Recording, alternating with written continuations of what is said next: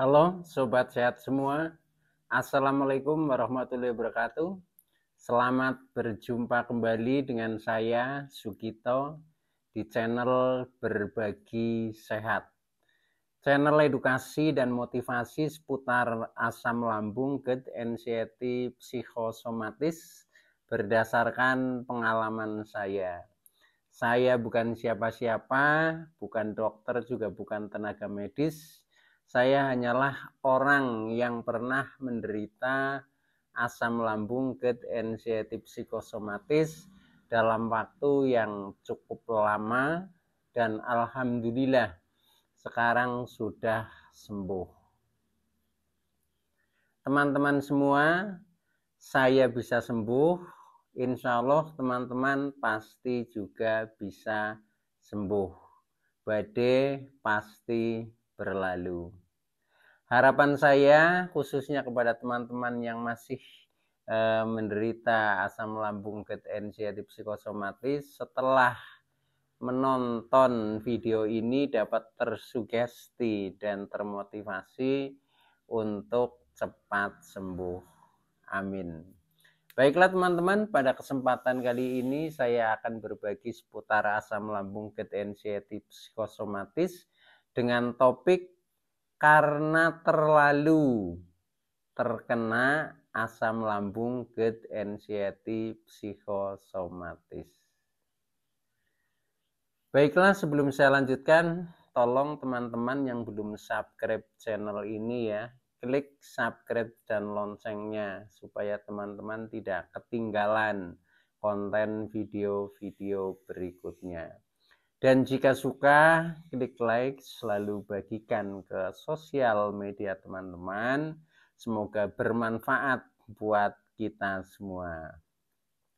Baiklah teman-teman, kita lanjutkan. Jadi topik pada kali ini yaitu karena terlalu terkena asam lambung, GERD, anxiety, psikosomatis.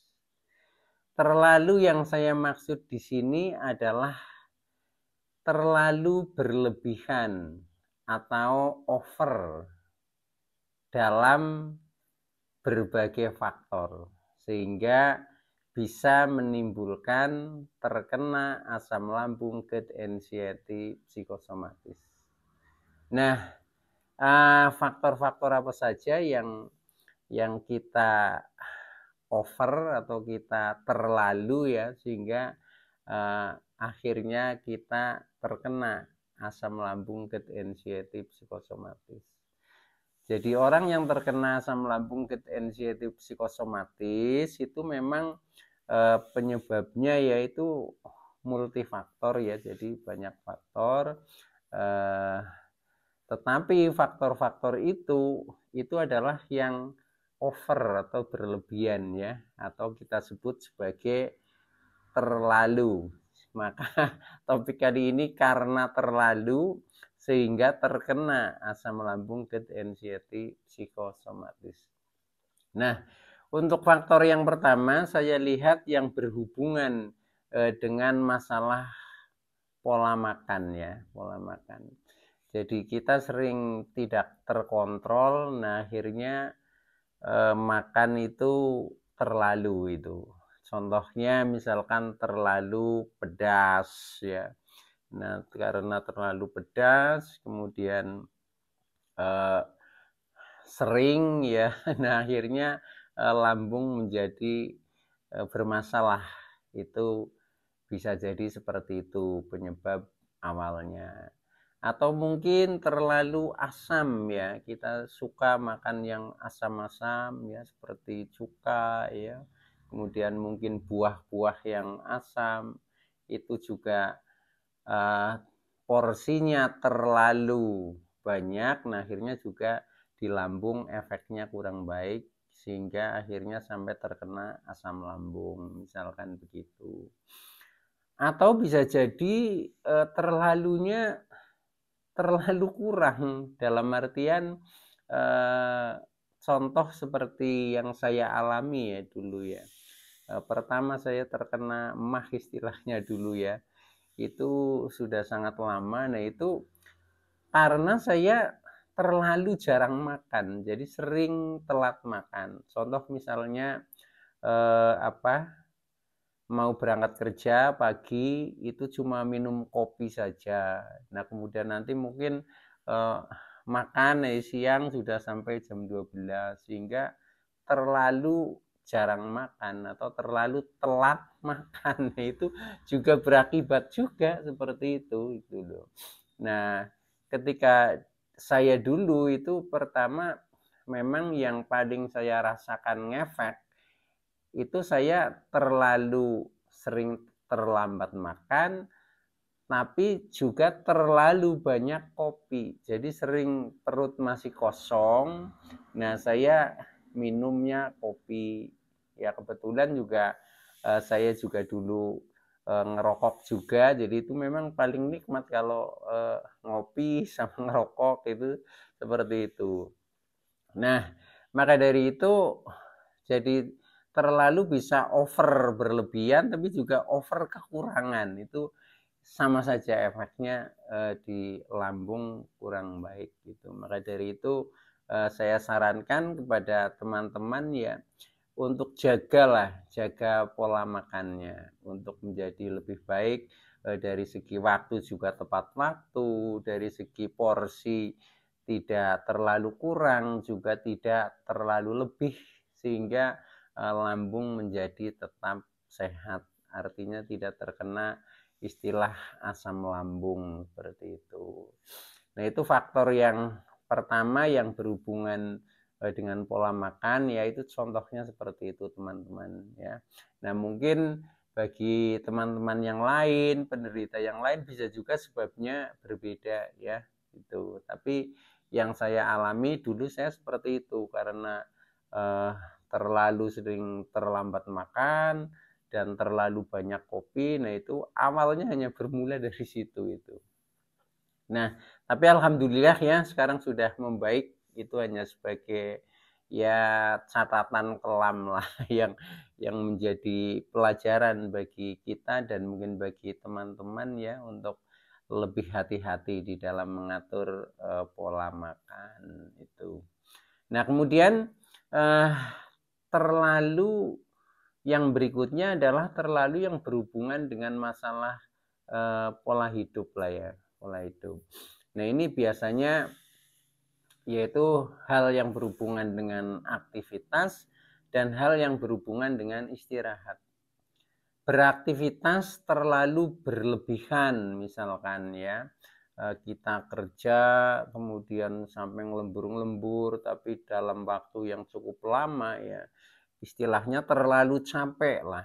Nah, itu juga biasanya efeknya di lambung kurang baik karena di saat kita terlalu banyak begadang, banyak ya walaupun begadangnya bekerja ya, nah itu biasanya kadang kita lupa makan dan sebagainya. Nah, akhirnya efeknya menjadi kurang baik di lambung dan akhirnya karena terlalu capeknya itu akhirnya bisa lambung kena seperti itu. Nah, selain itu juga yang berhubungan dengan masalah pola hidup, kita kadang terlalu kurang beristirahat gitu. Jadi karena kita mungkin terlalu sibuk ya, terlalu banyak aktivitas sehingga istirahat yang mestinya kurang lebih sekitar ya 7 sampai 8 jam. Nah, paling kita tiap hari hanya 4 jam, 3 jam, malah mungkin hanya tidur 2 jam. Nah, itu ketika berlangsung lama itu biasanya juga pada akhirnya lambung akan menjadi asam lambungnya itu mudah naik seperti itu. Itu akhirnya terkena asam lambung. Jadi untuk faktor yang berhubungan dengan masalah pola hidup ya, nah itu usahakan teman-teman itu jangan terlalu capek. Jadi istilahnya jam aktivitas itu harus diatur lah, jangan terlalu memforsir diri yang akibatnya juga kita sendiri yang akan merasakan seperti itu. Nah, itu yang hubungannya dengan pola hidup ya. Sedangkan istirahat ya silahkan diatur sendiri juga jangan terlalu kurang gitu. Pokoknya hal-hal yang serba terlalu ini yang akhirnya ngefek negatif di dalam lambung kita. Nah, kalau lambung ini sudah asam lambungnya sering naik, kemudian sampai ke GERD ya. Nah, GERD itu menimbulkan banyak sensasi yang istilahnya 1001 macam sensasi ya, yang rasanya luar biasa. Ini akhirnya menimbulkan kecemasan, ketakutan, was-was, ini menjadi anxiety ya, gangguannya anxiety atau kecemasan berlebih. Dan ketika sudah sampai anxiety, pikiran ini menjadi analisanya negatif. Jangan-jangan biasanya ya, jangan-jangan misalkan paru-paru saya kena, jangan-jangan lambung saya infeksi dan lain sebagainya seperti itu. Nah, akhirnya menjadi terkena psikosomatisnya. Jadi apa yang dipikirkan di otak kita, di pikiran kita, di jiwa kita itu akan direspon oleh tubuh. Nah, kalau sudah sampai seperti itu, ini yang menjadikan asam lambung itu kadang susah sembuh gitu. Susah sembuhnya karena memang dari pikiran yang negatif saja asam lambung bisa naik. Nah, oleh karena itu, yaitu di dalam pola hidup kita jaga dengan istilahnya aktivitas yang sedang-sedang saja supaya tidak terlalu capek, kemudian istirahat juga usahakan jangan terlalu kurang, artinya cukup istirahat. Itu insya Allah nanti asam lambung juga akan stabil. Kalau stabil, nah akhirnya kita sehat. Termasuk teman-teman yang sedang dalam penderitaan, ya usahakan seperti itu ya. Jangan terlalu diforsir aktivitasnya dan usahakan istirahat yang cukup, kurang lebih 7-8 jam itu usahakan untuk tidur seperti itu.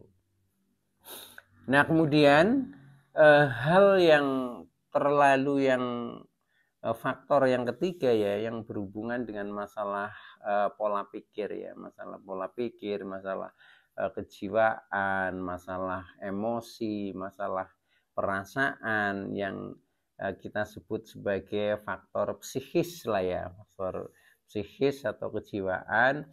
Nah, ini juga jangan terlalu. Contohnya kita terlalu idealis ya, terlalu idealis